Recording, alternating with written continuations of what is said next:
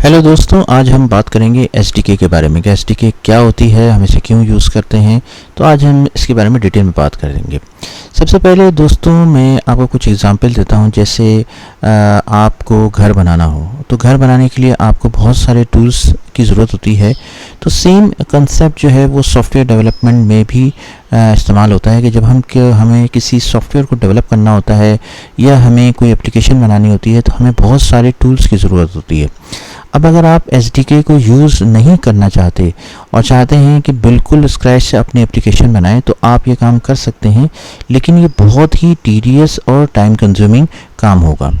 मिसाल के तौर पर आप एज्यूम करें कि आपने ब्रेड खानी है, तो आप क्या कर सकते हैं कि आप बेकरी पर जाएं और वहाँ से ब्रेड को ख़रीदें और उसको आप खा सकते हैं। लेकिन अगर मैं आपसे बोलूं कि पहले आप गेहूं को जो है वो उगाएं, फिर उसका जब प्लांट बड़ा हो जाए तो फिर उसकी जो है वो कटाई करें, फिर उससे आटा बनाएं और आटा बनाने के बाद फिर उसे रोटी बनाएं और फिर खाएं, तो ये बहुत ही टाइम कंज्यूमिंग काम है और हम ऐसा ऑब्वियसली नहीं कर सकते।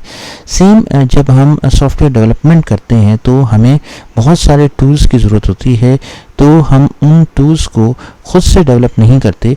यानी मैं टूल्स को खुद डेवलप करूं और फिर उस टूल से अपने सॉफ्टवेयर को बनाऊं, तो हम ऐसा नहीं करते। टूल पहले से ही बने हुए होते हैं, हम उन टूल्स को लेते हैं और यूज़ कर लेते हैं। ये है एसडीके का कंसेप्ट, जिसे हम सॉफ्टवेयर डेवलपमेंट किट जो है वो कहते हैं। आप एसडीके को समझने के लिए कि अब एसडीके होता क्या है, तो SDK is one of the set of the tools in installable package.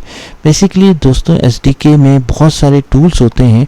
आप किसी एसडीके को डाउनलोड कर लें और उसमें बहुत सारे टूल्स आपको मिल जाएंगे। एसडीके को हम यूज़ करते हैं एप्लीकेशन डेवलपमेंट के लिए या किसी भी स्पेसिफिक ऑपरेटिंग सिस्टम के लिए एसडीके अवेलेबल होता है। अब एसडीके में होता क्या क्या है और इसमें क्या टूल्स अवेलेबल होते हैं।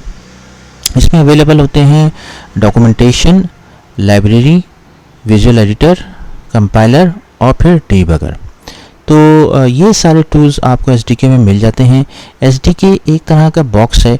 आप एसडीके को इंस्टॉल करते हैं अपने प्रोजेक्ट के लिए और उस बॉक्स में बहुत सारे टूल्स आपको मिल जाते हैं। इन टूल्स को यूज़ कैसे करते हैं, पहले हम बात करते हैं डॉक्यूमेंटेशन की, जिसमें स्टेप बाय स्टेप होता है कि आप कैसे एसडीके को इंटीग्रेट कर सकते हैं अपने प्रोजेक्ट के साथ, इस एसडीके को यूज़ कैसे किया जाएगा और क्या क्या स्टेप्स होंगे, ये सारी चीज़ें डॉक्यूमेंटेशन में होती हैं। फिर है लाइब्रेरी। लाइब्रेरी एक प्री रिटन कोड होता है, वो पहले से ही लिखा हुआ कोड होता है जो कि अलाउ करता है एप्लीकेशन को कॉल करने के लिए थ्रू ऑपरेटिंग सिस्टम। अब जैसे विंडोज़ 10 एसडीके है, अगर मैं विंडोज़ 10 एसडीके यूज़ करता हूँ तो मेरी एप्लीकेशन कनेक्ट हो सकती है विंडोज़ से किसी एक पर्टिकुलर फाइल को यूज़ करने के लिए, या हम एसडीके को यूज़ करते हैं हार्डवेयर प्लेटफॉर्म के लिए। मैंने फॉर एग्जांपल एक मोबाइल ऐप बनाई। अब ऐप की नीड है कि उसे कैमरा यूज़ करना है, जैसे वीडियो कॉलिंग ऐप्स होती हैं, मीट है, तो वो कैमरा की परमिशन उनको चाहिए होती है, तो वो ऐप हार्डवेयर से परमिशन ले रही होती है। तो लाइब्रेरी में कोड पहले से लिखा होता है जिसे हम यूज़ करते हैं और हम उसे यूज़ करके अपने बहुत सारा टाइम जो है वो बचा सकते हैं। अब है विजुअल एडिटर। विजुअल एडिटर में आप डिज़ाइन करते हैं कि जो ग्राफिकल एलिमेंट होते हैं आप खुद से डिज़ाइन कर सकते हैं। मिसाल के तौर पे कौन सा बटन जो है वो कहाँ पे आएगा, टेक्स्ट बॉक्स जो है वो कहाँ पे आएगा, एप्लीकेशन का लेआउट किस तरह का होगा, ये सारी चीज़ें हम विजुअल एडिटर में बनाते हैं। फिर है कंपाइलर। कंपाइलर को आपको पता होगा कि कंपाइलर का बेसिक मकसद ये होता है कि कंपाइलर कोड को कंपाइल करता है, यानी मशीन कोड में उसको कन्वर्ट कर देता है। फिर है डीबगर।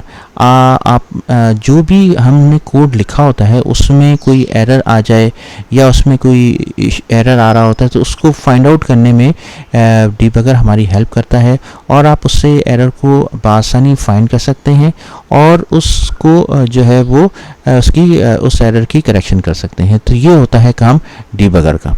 तो दोस्तों ये था एक बेसिक लेवल का कंसेप्ट एसडीके के बारे में। उम्मीद है कि आपको वीडियो पसंद आई होगी।